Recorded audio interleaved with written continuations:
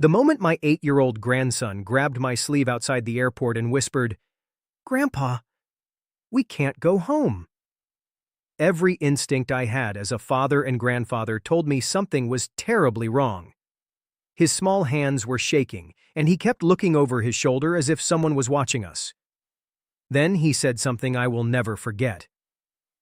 "I heard Mom and Dad talking last night. They said they were going to do something terrible to you." I wanted to believe he had misunderstood. I wanted to smile and tell him everything would be fine, but the fear in his eyes was real. 10 minutes later, while we hid inside a neighbor's old storage shed, a black van slowly pulled up in front of my house, and my heart nearly stopped. This is a fictional family drama created for entertainment. The images shown throughout this video are creative visual recreations made to support the story. My name is Robert Walker. My daughter Olivia had just left on a business trip to Chicago. Before boarding her flight, she hugged me, thanked me for taking care of my grandson Noah for the weekend, and promised she would call as soon as she landed. She had no idea what was waiting back home. Neither did I. If you enjoy emotional family stories with unforgettable twists and meaningful life lessons, subscribe to Behind Dad. Every story on this channel is fictional and created for dramatic entertainment. An unusual ride back home. Noah had been unusually quiet during the drive home from the airport. Normally, he filled every minute with questions about school, baseball, or superheroes. That morning, he barely spoke. I assumed he simply missed his mom. But as soon as we turned onto our street, he suddenly asked me not to drive into the driveway. "Please, Grandpa, stop the car." I looked at him in confusion. His face had turned pale. He leaned closer and whispered, "They'll know we're here." Those words sent a cold chill through my entire body. Instead of pulling into my driveway, I parked around the corner. Noah pointed toward an old storage shed behind our elderly neighbor's fence. We quietly slipped inside and waited in complete silence. Less than 10 minutes later, a black van slowly rolled to a stop in front of my house. Watching from the old storage shed. From the small, dusty window of the old storage shed, I watched the black van stop outside my house. It did not look like a delivery vehicle. There were no company logos, no business name, and nothing that explained why it was there. The engine stayed running. My heartbeat became louder with every passing second. I looked down at Noah. He wasn't crying. Somehow, that frightened me even more. An 8-year-old should have been confused or scared. Instead, he looked like he had been expecting this moment. I gently placed my hand on his shoulder. "Buddy, tell Grandpa exactly what you heard." He swallowed hard before speaking. "Last night I got up to get some water. Mom wasn't home yet because she was packing for Chicago. Dad was talking on the phone in the kitchen. He didn't know I was standing on the stairs. He said, 'Tomorrow morning, Robert takes Olivia to the airport. After he comes back, everything will finally be taken care of.'" Noah paused and stared at the floor. Then he said someone would arrive in a black van. Every hair on my arm stood up. Children sometimes misunderstand conversations. I wanted to believe that was exactly what had happened. Maybe Jason was talking about movers. Maybe he had hired contractors. Maybe there was a simple explanation. Then the side door of the van slowly opened. 2 men stepped out. Neither of them carried packages. Instead, they carefully looked around the neighborhood as if they wanted to make sure nobody was watching. One of them walked to my front porch and knocked several times. When nobody answered, he pulled out his phone and made a call. Seconds later, I watched my son-in-law Jason step out of the house through the garage entrance.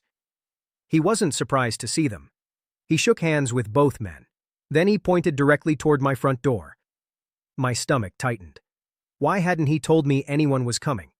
Why had no one mentioned a black van before it arrived? Something didn't make sense. Questions. With no clear answers. I slowly reached for my phone to call my daughter.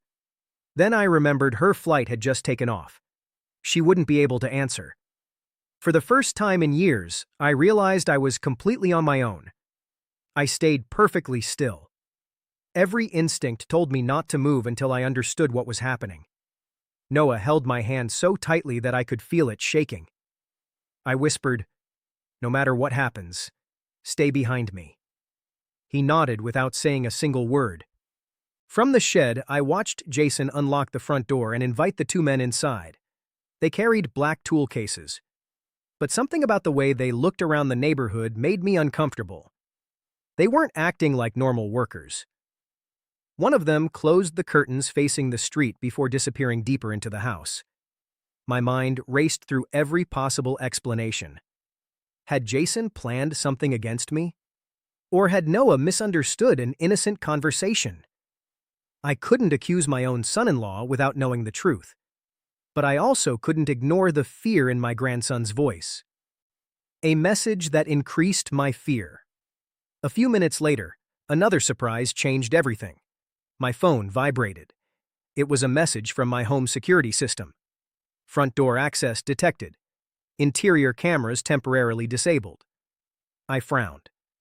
I had never disabled those cameras. Someone inside the house had.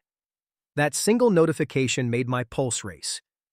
Why would anyone turn off the cameras unless they didn't want their actions recorded? I immediately called my longtime friend Mark, a retired police officer who lived only a few miles away. I didn't tell him any wild theories.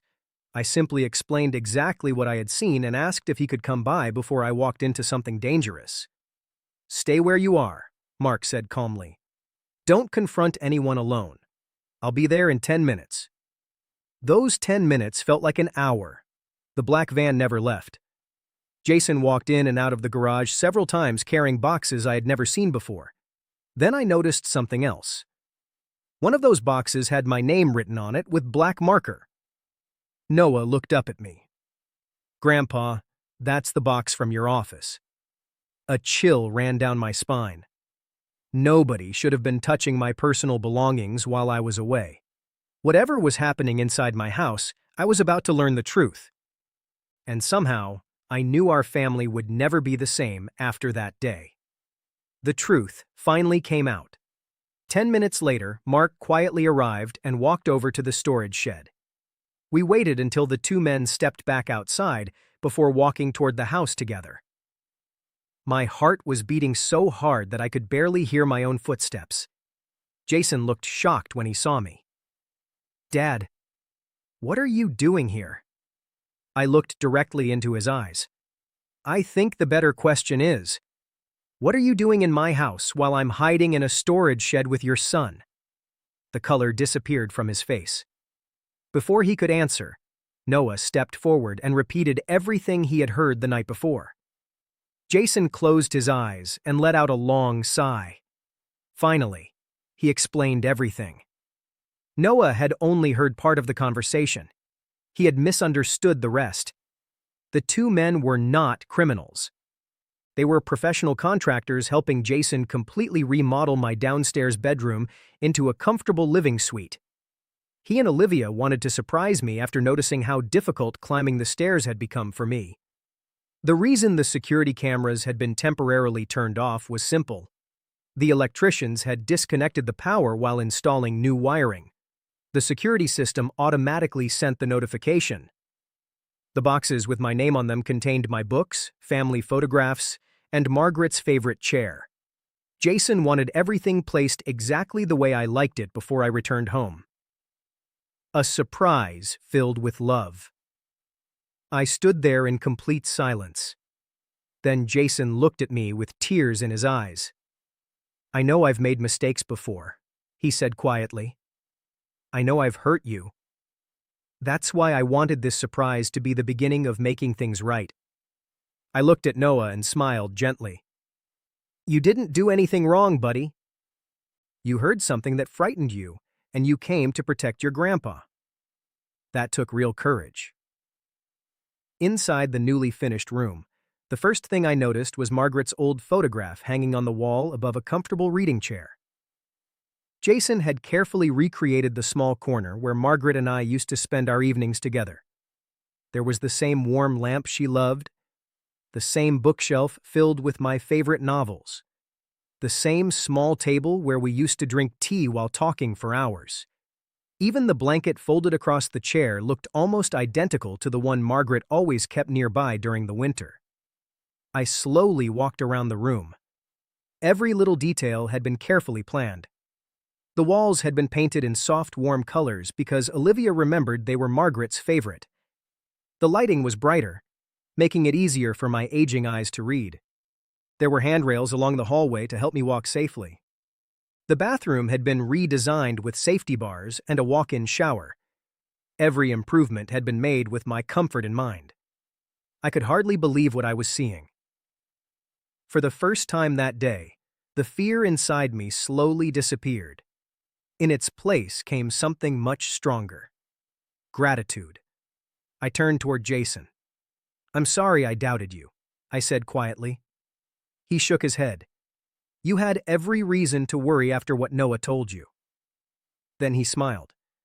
"I just wish the surprise had happened the way we planned." Mark laughed softly. "I've seen a lot of strange situations during my years as a police officer," he said.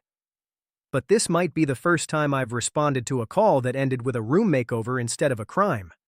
We all laughed together. Even Noah smiled for the first time that morning. The heavy feeling that had followed us since leaving the airport finally disappeared. Olivia called later that afternoon after landing in Chicago. When she heard the whole story, she was speechless.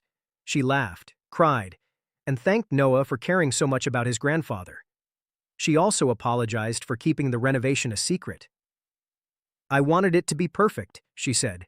"It was always meant to be a gift from all of us." I told her it was already perfect, not because of the beautiful room, but because it reminded me how deeply my family still cared about me. That day taught me something I will never forget. Fear becomes stronger when we fill missing pieces with our imagination, but trust becomes stronger when families choose honest conversations instead of silence. A simple misunderstanding almost turned a loving surprise into a painful family conflict.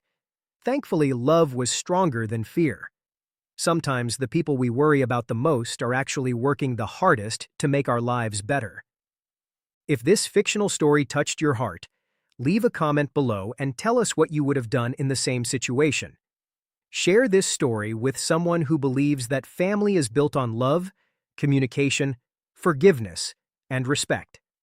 Thank you for watching Dream Life Stories. Remember, sometimes the greatest surprise is not what is hidden behind a closed door. Sometimes the greatest surprise is discovering that people can still change for the better, relationships can heal, and love can quietly rebuild what fear almost destroyed.